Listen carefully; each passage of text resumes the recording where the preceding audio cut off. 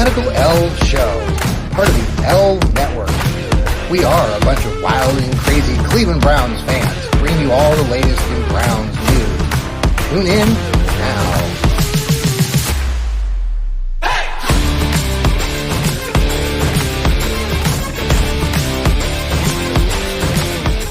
Well, good evening, everybody.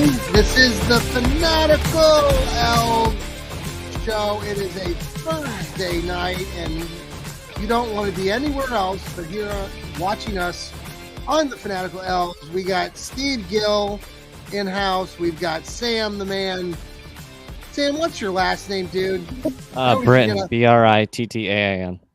That's Brittan. I-N? E-A-N. Yeah. Sam Britton. Kind of like, I think of your last name and I what was it? Like, I think of encyclopedias for some reason. That yeah. So what? There you go. Like the what did they call those encyclopedias back in the day? The Britannia or whatever. Yeah, so, I believe something like that. Yeah. So when I hear your name, that's what I hear. That it was funny because I was in the nobody.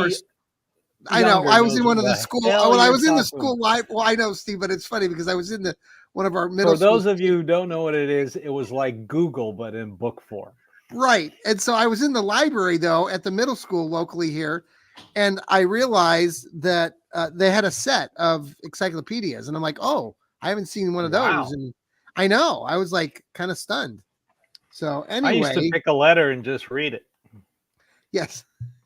No, I'm serious. Elementary school, right? I just pick a letter and leaf through it, and that's why I have such a trivial mind, I guess. I don't know.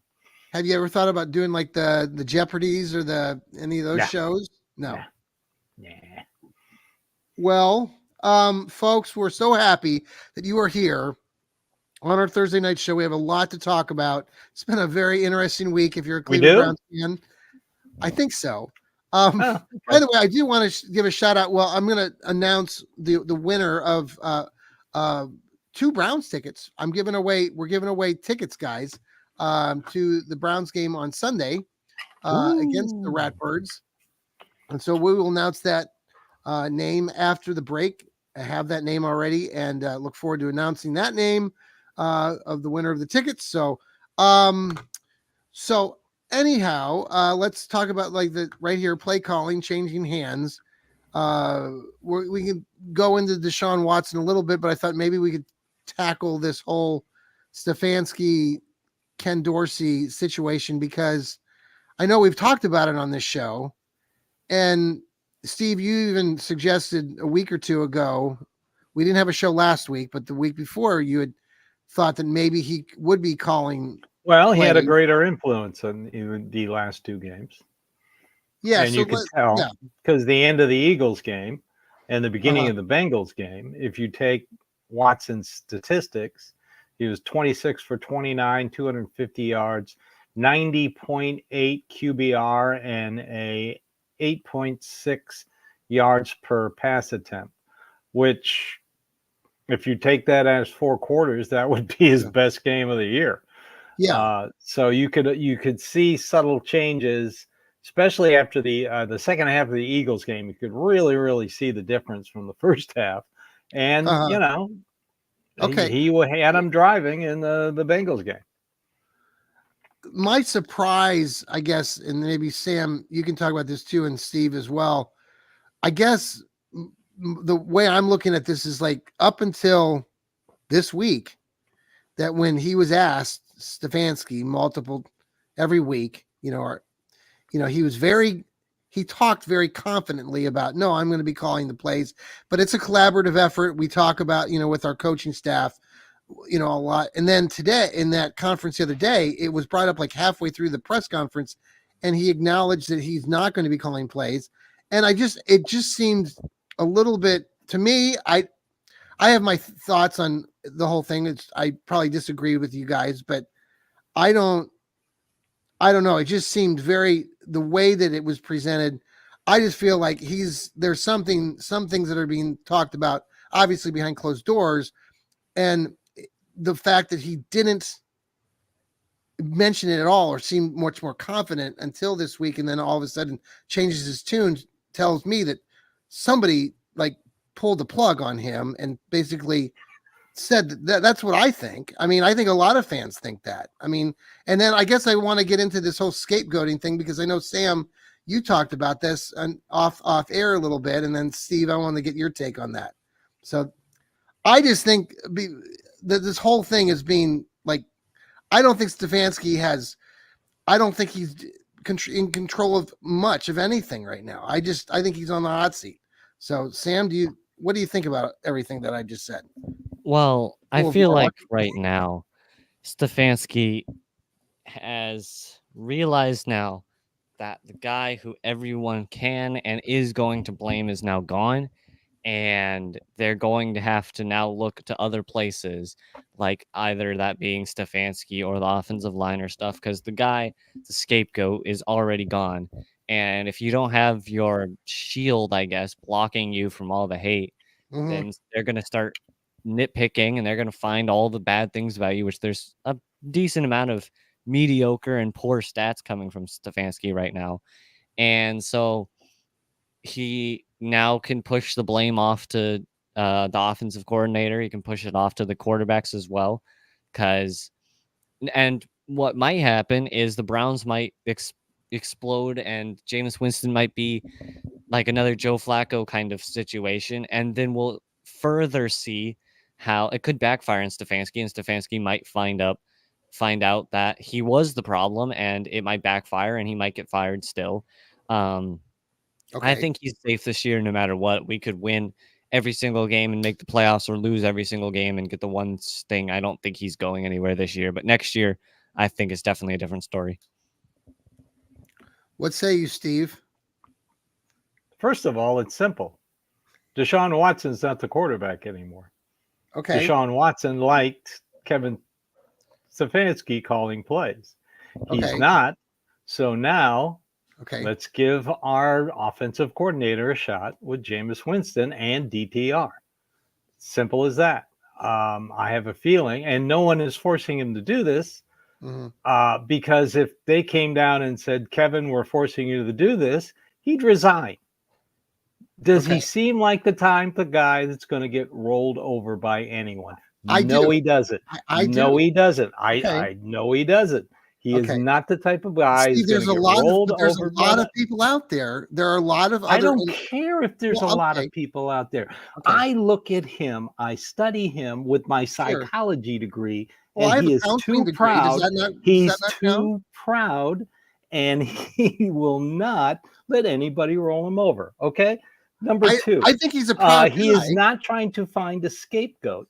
Okay. I think he's trying to be a head coach to put a kibosh on this. If you look at a football team like a company, when the company keeps screwing up, before the boss starts wholesale changes, he steps in and tries to fix things. You got your right guard lining up in the neutral zone on the goal line. You got 12 men in the huddle. I think he's going to concentrate on the internal problems that this team has been shooting itself in the foot all year. So you let Ken Dorsey do his job. You let Jim Schwartz do his job. You let Bubba Ventrone do his job. It is a collaborative effort. No one told him to do this, and he is not trying to toss it. No coach who's on the hot seat is going to let somebody else put him further in a hole. Why would you? That human nature, it doesn't make any sense. I mean, if you're about to get fired, you want to correct things yourself. You're not going to say, hey, Jim, the worst employee in the world. Hey, Jim, come over here and do my job.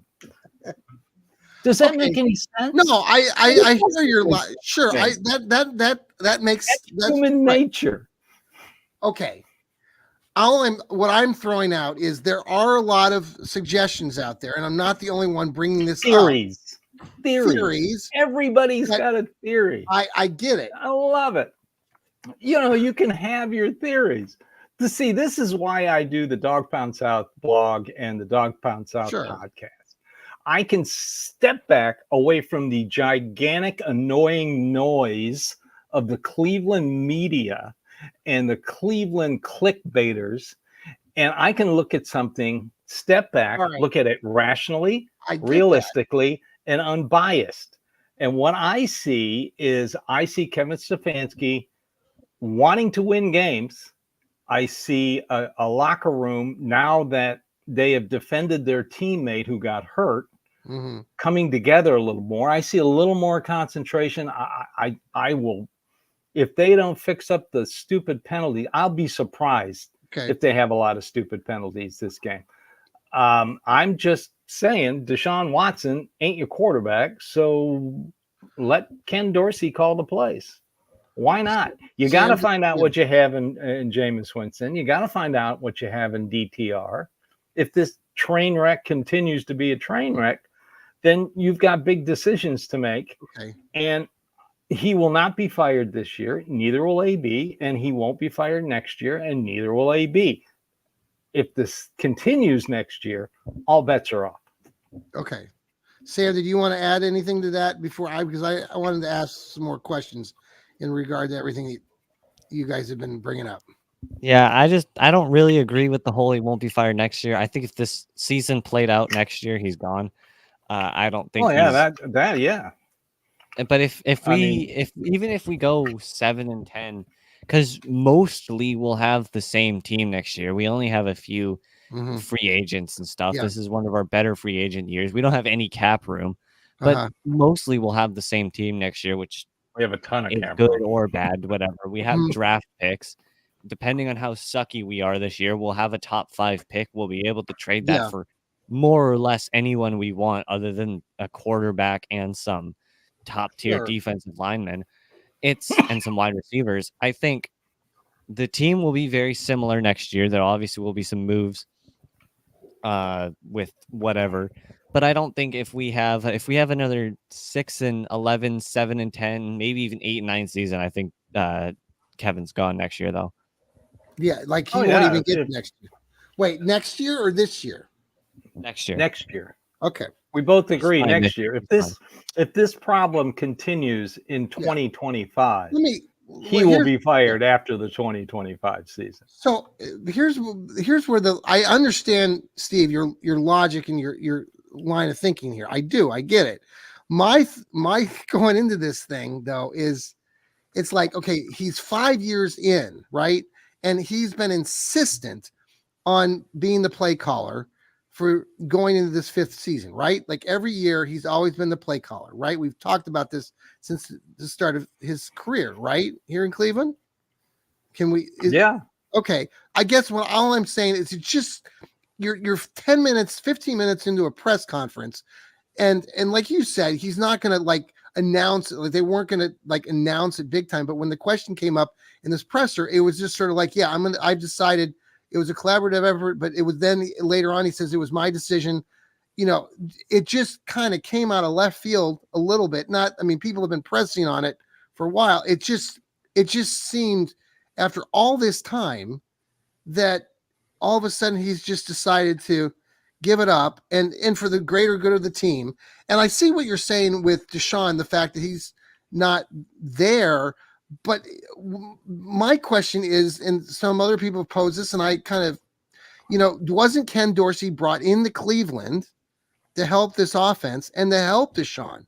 Wasn't that the initial reason we brought this guy in?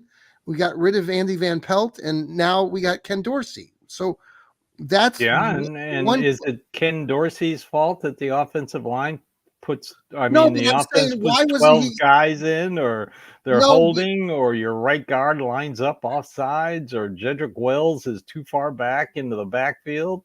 That's not Dorsey's fault. That's not Stefanski's fault. That's the player's fault. Well, they're not executing. I get that. I'm just saying you were saying earlier, like, why not make the change now? But I'm saying he was brought in to work with Deshaun Watson. Yeah, and the Eagles and Bengals game, you could see differences from the first games.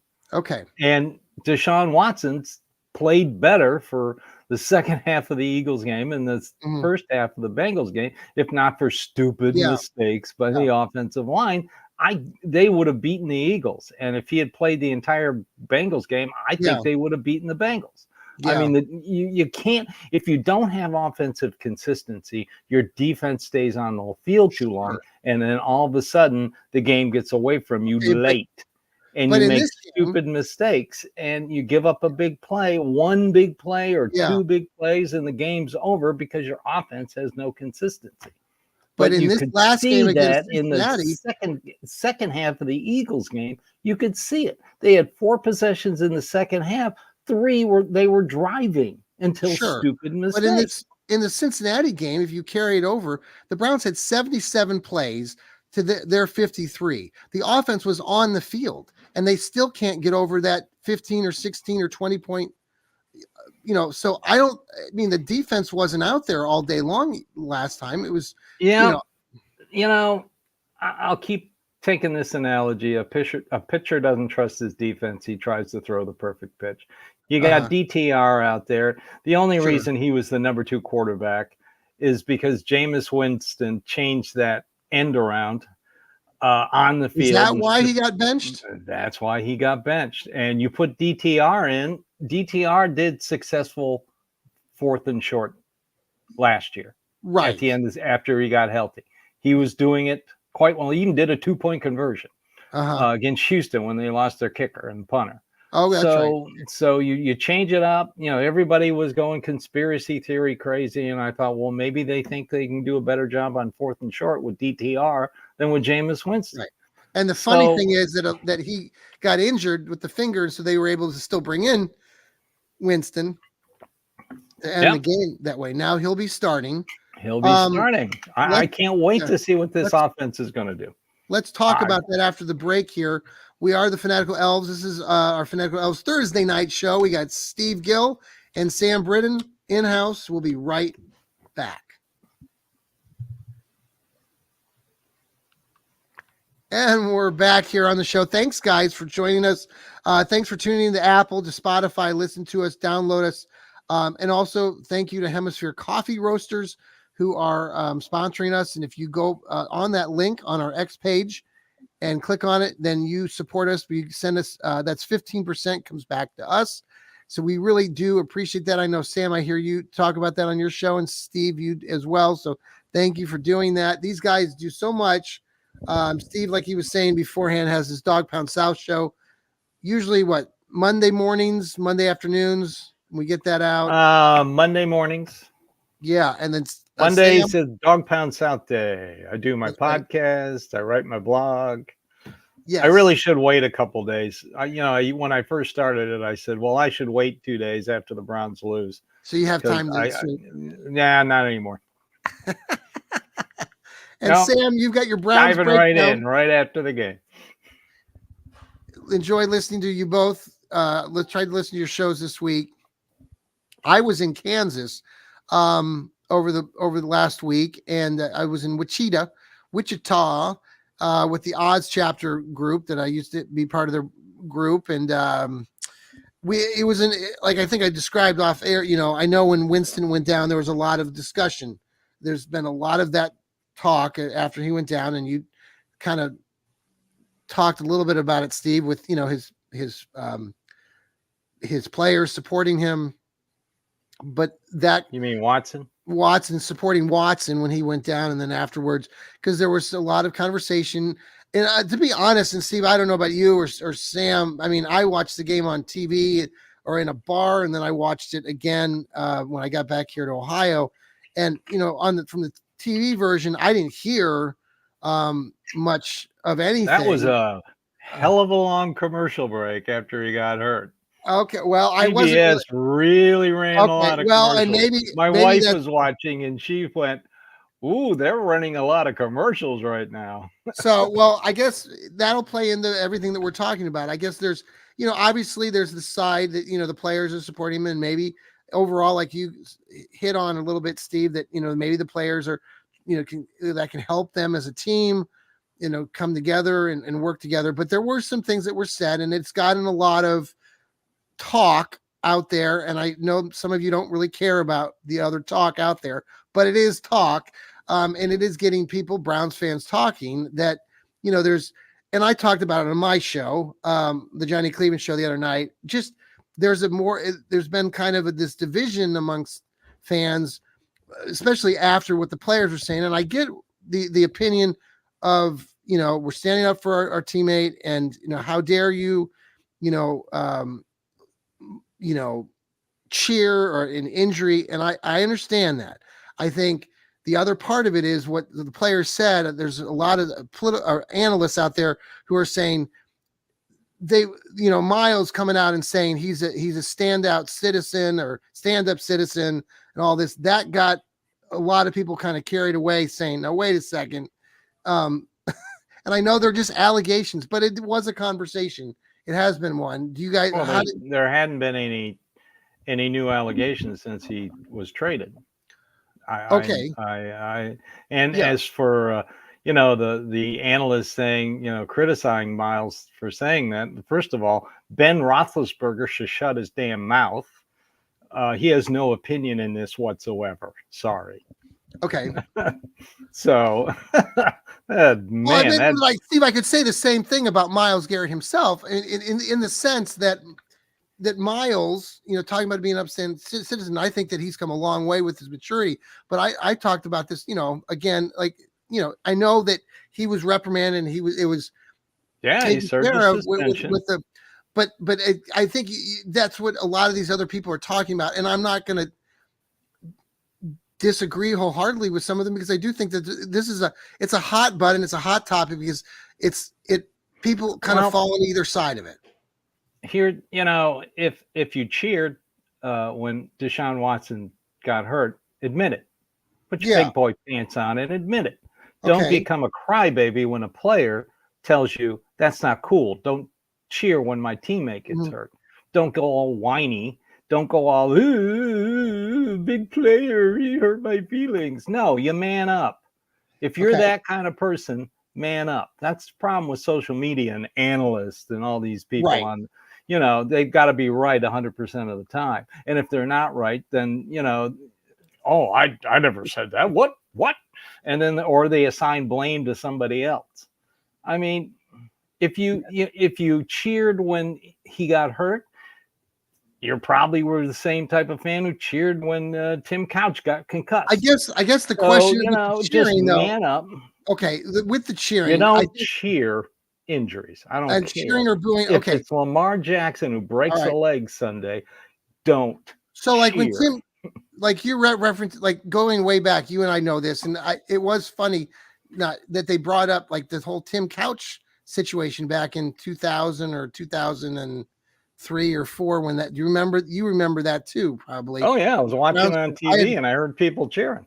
I had forgotten about that, just because it was so long ago. Not cool. Not cool. But the idea that some people are saying, well, the cheering and the booing and stuff was more, it wasn't maybe even geared toward him as much. It was just the organization and all this angst and stuff inside of us, because we feel like the fan base feels like we've been force fed this situation for the last. Give up your season tickets. There's a long list of people who buy them. True. Okay. All right. A lot of people that I respect, that I know through my connections on the World Wide Web, the internet. Sure. Several of them extremely knowledgeable said this is a line I can't cross, and they said I'm no longer a Browns fan. Those are people of principle. Those are people I can respect. But if you're going to sit there and tell me how much the Cleveland Browns screwed you over, and you're still buying season tickets, you kind of lose a little bit of your argument. Okay. No, that's a good, If I don't like something, if I find a business that I don't like, I don't go there anymore. Right. And that's really, I think, Steve, that's where, and Sam, maybe you want to touch on this, and I want your opinion about what you saw. But I think that's really where so many of us fans are with this whole situation, everything with the Browns right now. And I'm not just talking about Deshaun Watson. I'm talking Deshaun Watson, I'm talking Kevin Stefanski, I'm talking Andrew Berry, I'm talking the Haslams, I'm talking the new Dome Stadium. There's all these things right now in Browns faces, and it's fans of the Browns. And it's just like, all season long we've talked about, well, what's good about this Browns team or these players or this organization, or there's not joy. People have been watching the Guardians if you're a baseball fan. I guess that's where it's just been it's hard when you're losing, and obviously 1-6 is not a good place to be with any sports team in professional sports and football, especially. And so that's, I think, obviously a real factor in this. Sam, I'm sorry, I haven't got into you. What do you think? But everything. Yeah, I mean, one, it's not the worst. You could be a Ravens fan, but I mean, right now it feels like the Deshaun Watson situation is rough. And I think the problem is Deshaun Watson is the example. I feel like you could swap, let's just say, for example, doesn't matter who it is. Let's say Deshaun Watson becomes Patrick Mahomes tomorrow and Mahomes becomes Deshaun Watson. It would be the same thing. But Mahomes, if he had the same problems as Deshaun did, would get hated on. It doesn't matter the player. Deshaun's just kind of our example right now. Okay. And it doesn't matter the name. It doesn't matter the position. If something like this happens, it's going to happen. Deshaun Watson is just the first case of it. And obviously the players are going to stand up for their teammate. That's just normal NFL business. That's not shocking at all. They just kind of have to do that almost. But this whole season has been the Browns fans, myself included. I thought we were going to win 12 or 13 games. Obviously, we aren't going to be doing that. But I think the season is the Browns looked really good in the end of the regular season, and they looked fine in the playoff game. We just had a lot of mistakes. They weren't bad. There were times when we could have taken control of that game. But I feel like the Browns fans were like, okay, this is our year.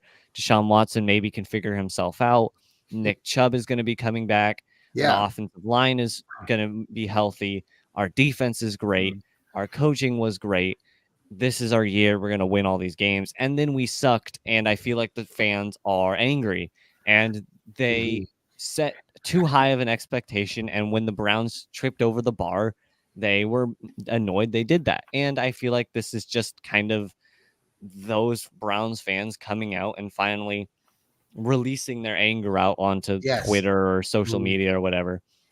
Twitter's an angry place, isn't it, Steve? It's a silly place. It's a silly place.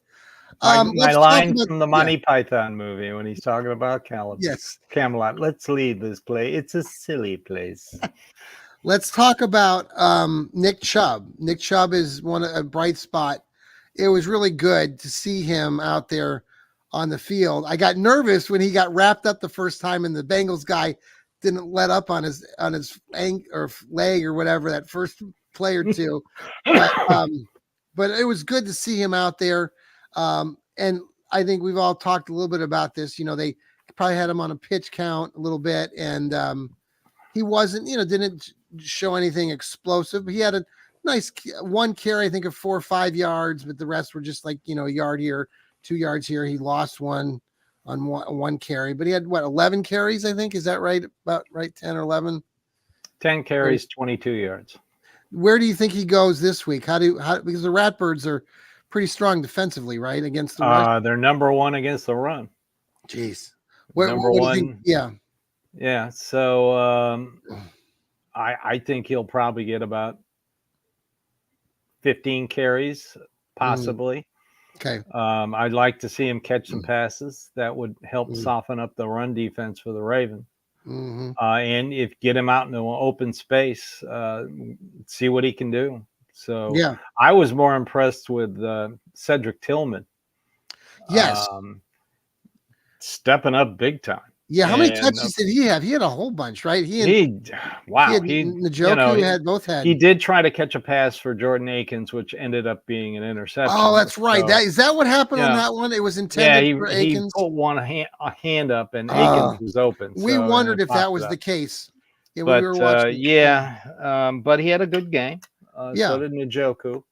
So Well, be interesting to see if Wyatt Teller is going to play. I think he is. Jedrick Wills, on the other hand, missed practice again today. Dewan Jones take over on the left side? Know. I heard somebody mention it, that he's been getting reps at left tackle. Did he play left tackle at Ohio State? Yes, he did. Okay. So, if you can get, Posix back, he's healthy. If you can get your two guards and Conklin and Jones on the left side, Yeah, Sam. It could be a good, nice little offense. Just don't make any dumb mistakes. What did you think, Sam, of seeing Nick Chubb out there? I know you were also eager to see what he would do, and you kind of told everybody, I've heard some of your podcasts, not to be, thinking he's going to come back like the old Nick Chubb maybe right away. But what did you think out of that first game? He was fine. He was good. He wasn't great. He wasn't bad. He was perfectly average, and I think that's what we all should have at least expected. Mm-hmm. We weren't expecting 450-yard game, 9 touchdowns. We were expecting 45, 50 yards, 12 to 15 carries, and that's more or less what he got. Yeah. And so it's good to see him back, and they'll continue to add 2 or 3 snaps a game, make sure practice he's fine, and until he gets back to his normal workload, we'll just have to keep watching him have okay stats for a running back of his caliber. But he was hurt. He tore a lot of things. His knee he did. More or less destroyed. Hey, so it's fine. What did you think of? I don't know if you and we've all talked about this, but what did you think of the letter that he wrote, or in the article that some folks? Wasn't that just fantastic? That's Nick Chubb. I just love the story about him and his grandmothers and the picking up the rocks and all of that. I just thought that was fascinating. I love the fact that he talked about his mother, and even though like his dad with the Chubbville and stuff there in Georgia, but he was really, dedicated to his mom. I just thought it was brilliant. He's one in a million. That's Nick Chubb. I expect them to crank up his carries after the bye. You get a nice little rest, and then you got 2 weeks before. I mean, we still got the Chargers game. 11 games. We still got 11 games. Is that right? Or 10 games? 10 games. So we still got quite a roll. I lost my train of thought. I always have thoughts. Right. So, okay, let's talk about this game. I saw, now maybe tell me, I haven't looked at the spread, but I heard we were an 11-point underdog coming into this game. Is that where it's at? I saw today it was 9. Okay, it's down to 9. I heard somebody else say 10. So okay, so that's almost like a 2-10, because usually they give the home team a 3-point favorite. So they're basically saying that we're losers at our own I've seen a lot of people who say that because the refocus of the team, that they like the Browns as a 10-point underdog. So okay, well that would be. But this Ravens. First of all, their offense is just. I mean, it's excellent.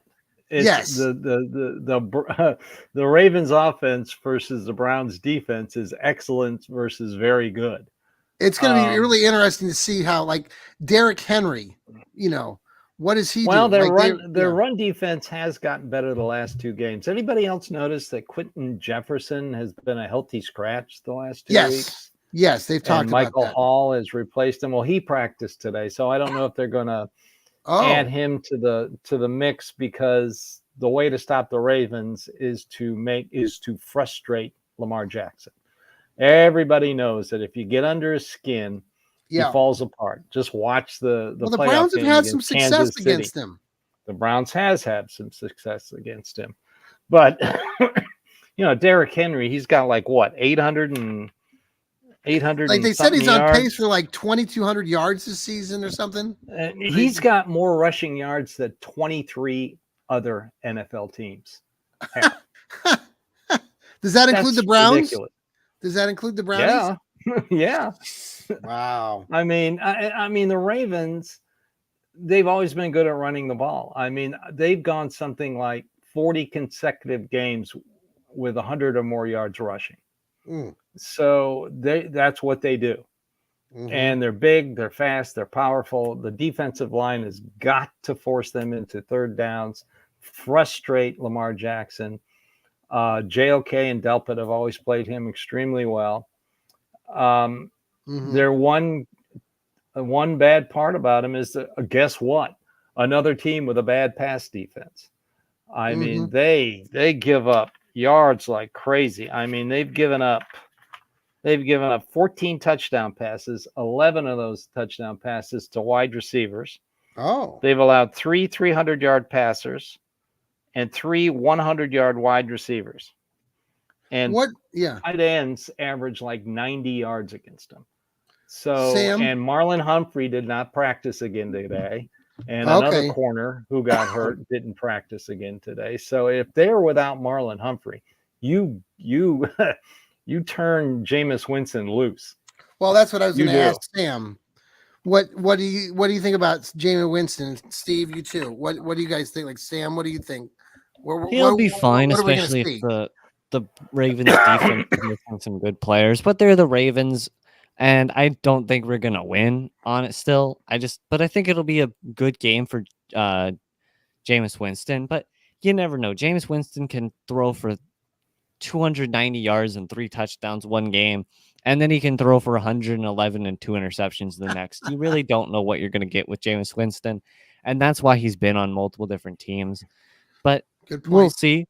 We'll see. I think Marlon Humphrey being hurt is going to be beneficial to the Browns. Yeah. I think the Ravens defense is good. I don't think they're great or anything, but I don't think we're going to win no matter what happens. I think the Ravens have a really hot streak right now and are going to probably still beat us. But I think it'll be fun to see what Jameis Winston can do. So if they lose, they're 1-7. Do you give this team any chance of winning, Steve, on Sunday? Anything can happen in the NFL on Sundays. Anything. Okay.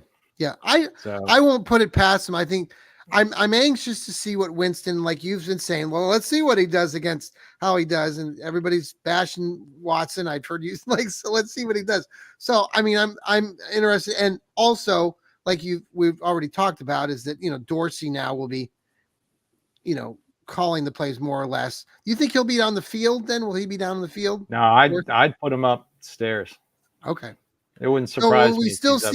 Will we still see Stefanski with the headphones and a Denny's menu? Well, every coach is going to have headphones.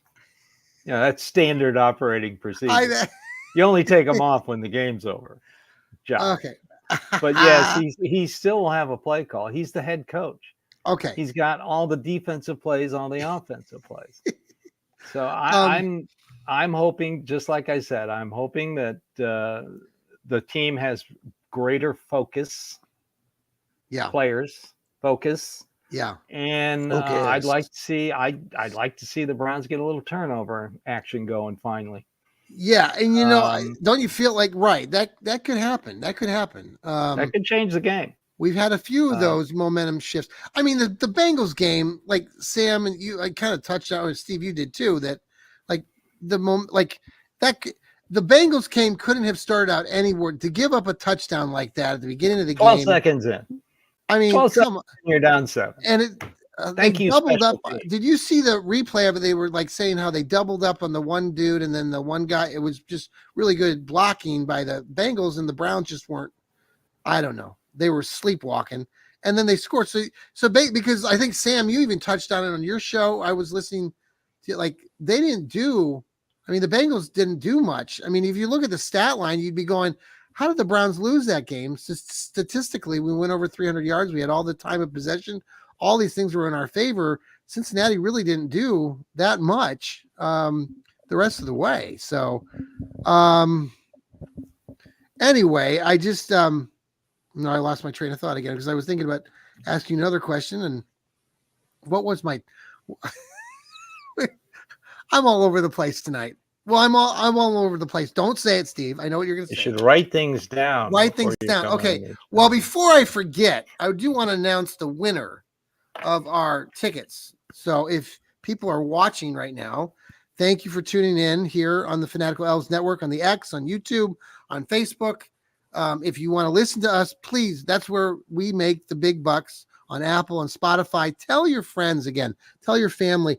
When I was out in Wichita talking to all my friends and family, I was telling them all about our podcasting. So they were going to listen in. And so I was excited to tell them all about what we do. And when I tell them, I'm like, yeah, I'm not the only, I'm the wild and crazy fan, but we got Steve, we got Sam, we got Noah, we got Lou, we got Jarrell. I mean, we got Rod Bloom he's got his show coming on later tonight, the Browns Blitz. So, all right, winner tonight of the 2 tickets to the Ratbirds game on Sunday. The game's at 1:00 is Sarah. Congratulations, Sarah. You are it's Sarah with Noah, 25. She is a lifelong Browns fan. Yeah. So congratulations, Sarah. Sarah. You follow us and you reposted our clip to get the tickets. So we look forward. We will be touching base with you, Sarah, and giving you those tickets. We will be giving away more stuff. I know we haven't given away, but we just gave away 2 tickets to a Browns game, which is pretty cool. It's going to be there for the beginning era of the Jameis Winston era in Cleveland. That's right. Very beginning, Sarah. You could say I was there. Well, let's do just final thoughts here tonight, Steve. Where are you at tonight? What are you happy about? What are you looking forward to? Where are you at as a Browns fan? Well, I kind of a couple of weeks ago said that, well, that's it. They're done. Yeah. And let's be realistic. I'd like to see them win a few more games. I root for them. I watch them. Don't get me wrong, Browns fans. I am parked in front of my TV whenever they play, and I watch them. Mm-hmm. And, I may not be happy, but I still watch them because they're my Cleveland Browns. You only get the opportunity for a certain part of the year to actually see them play on TV, and I enjoy it. Yes. But this is going to be a tough game. Like I said, the offense is fantastic, big, powerful. Mm-hmm. Offensive line's playing well. Their defense, great against the run. Not so. I think they're last against the pass. Mm-hmm. So it's a tale of 2 defenses for Baltimore. I'm going to be watching the play calling. I'm going to be watching what comes out of Ken Dorsey's head. And let's see. I just want to see improvement. I just want to see players take it seriously and not screw up and make stupid mistakes. Yeah, they had so many. What did they have? 10 penalties last week? Oh my! Another 10 penalty game. Yeah, that was just awful. I mean, I know Nick Chubb erased Michael Dunn's stupid lining up. How does an offensive lineman line up in the neutral zone? Yeah. But Nick Chubb rectified that by running in, and then I hope Dustin Hopkins makes a few kicks. It would be nice, change of pace. Yeah, that's that has surprised me. That's odd. Right? That I don't. It's not a good time. Don't want to see that. Special teams has been a extreme disappointment. Yes. Bubba Fertrone, will he get ousted? The only good thing has been the punter, Bojorquez. Will he get ousted? You think if this season continues to be the way it's going, will Bubba Fertrone be? I really don't see any, throwing anybody under the bus type situation. What do you think the issue is with that? Because I'll just say this, because on that initial kickoff, right? We've talked about this. The Browns in some games have decided to kick the ball out of the end zone and give it to them, the other teams at the 30. It seemed like they were doing that pretty consistently. And now, on that kickoff return, he didn't kick it into the end zone. No, he kicked it right on the goal line, and the guy had to take it. Exactly what I'm saying is what are they trying to do? I guess I'd like to be. I thought they were Then Foreman muffs the kickoff. Yes. And he has to come out because it's a live freaking ball. Yeah. So, and what did he get? They started how many times inside the 10, 15-yard line against the Bengals? They never had good starting position for the whole game. So, and that's all on special teams. I just want to see consistency. Okay. And, you could think that if special teamers have to play full time, on offense or defense, that's going to, wear them out on special teams. And so that's where the injury factor comes in. Yeah. I just want to see a healthy team. How about that? Let's be healthy. Stay healthy. Noah, if you're listening Ravens to us, Noah Olson, you still owe me $20 on that bet that Sam reminded everybody of. I made a bet with Noah, East Bank Sports Show guy, that Deshaun Watson would be injured this year and that he would not survive the season. And look at that. I should get like a whole bunch of more money than 20 bucks. Anyway, thanks, Sam, for reminding him. Sam, I got to get you a t-shirt. I got to buy you a t-shirt, by the way. Stay on after the show. We need to talk about your Christmas gift. Yeah. Sam, final thoughts. I don't really have any. I just go. No Browns. Final thoughts. Browns breakdowns guy Sam with the no. hat has no final thoughts. Come on, dude. It's almost. It feels like right now we all need to calm down and. I'm chill. It sucks to say, but I think the Brown fans should be the most in the NFL used to losing. I don't know really what happened. I don't know. I think it was last season we kind of lost that. We forgot yes. What it's like to lose. But I think we all just need to chill out and kind of. There's not really going to be anything that's going to change this year. It's going to be the same players by the end of the year. We'll lose a defensive player. So Sam, let me ask you this. I want to ask you a personal question about being a Browns fan because you're a young Browns fan, right? 16 going on 17, right? I'm 17. Isn't there a song in The Sound of Music, Steve? Like 16 going. I like that was it. Good. Remember that Sound of Music? I am the old music. I'm going on 17. Okay. Yeah. Back to reality. Sam, so as a Browns fan, a young Browns fan, how do you like that was a really like your take on it, like, hey, we like suck. We always suck. We usually suck. So what's the big deal? Like you as a Browns fan in the young age group that you are you just like you're already prepared to know that the Browns are really just a lousy organization that will lose most of the time? No, okay. It's that I don't know. I always set the bar lower than it needs to be so that I can always have a chance of exceeding that and being happy. I'd much rather set the bar low and then even if I did normal expectations are right. Okay. Yeah, if I set the bar lower and then we exceed it, that's great. But if I set the bar high and then we do the same thing, but it was technically lower, then I'm disappointed. It's kind of just that. And also the Browns, it's just, we just need to, I don't really have a whole thing. I just kind of, it's a loss. It sucks, but it isn't going to change the whole, Sam, this is fabric of reality. This is where you and I are very different from our youth. Because when I was 17 years old and the Browns were losing these horrible, god awful games like the drive and the fumble, we were stomping on we were breaking couches and breaking furniture. And so I appreciate your economy. You can't break anything. Yeah, I appreciate your perspective because I think it's a healthy one.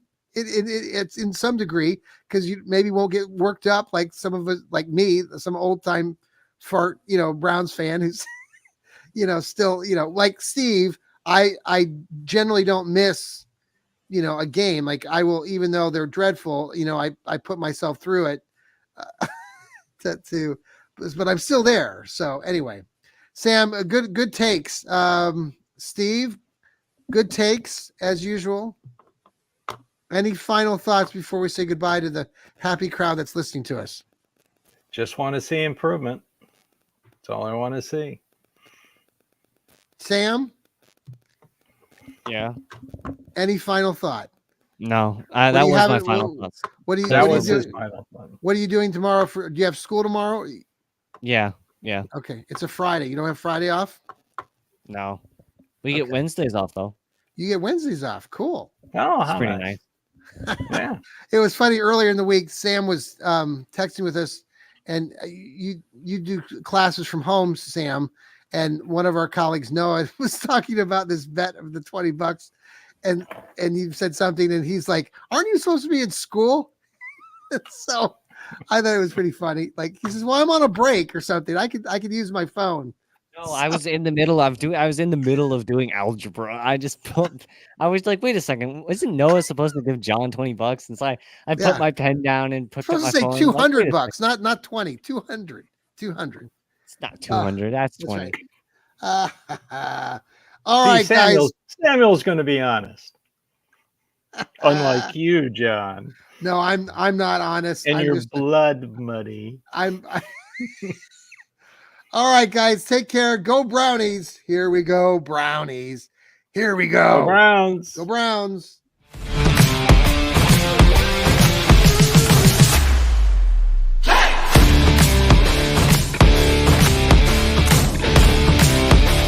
Congratulations.